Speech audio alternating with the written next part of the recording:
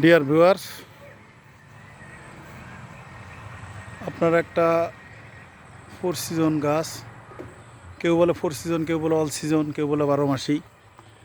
Four season লঙ্গানের গাছে 3 স্টেজে ফল আসছে, আবার এই যে ফুল আসতেছে, এই যে আবার ফুল আসতেছে।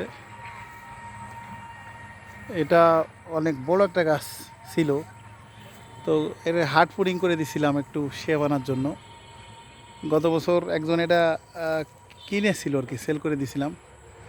পরে উনি আর কি যে কোনো কারণে নেওয়া হয়নি বা আমরা দেইনি, দিয়ে তারপরে হার্ড পুডিং করছি, কয়েকবার সার নিয়েছি। এখন গাছটা এত সুন্দর হয়েছে, মানে এটা গাছটাই এখন আমাদের নার্সারির শোভাবর্ধন করতেছে। এরকম যে আসে সে এই গাছটাই এসে দামাদামি করে, বলে যে ভাই দেন, রিকোয়েস্ট করে নেওয়ার জন্য। কিন্তু আমরা এই গাছটা আসলে দেই না, কারণ নার্সারিতে কিছু গাছ সৌন্দর্যের জন্য রাখা লাগে।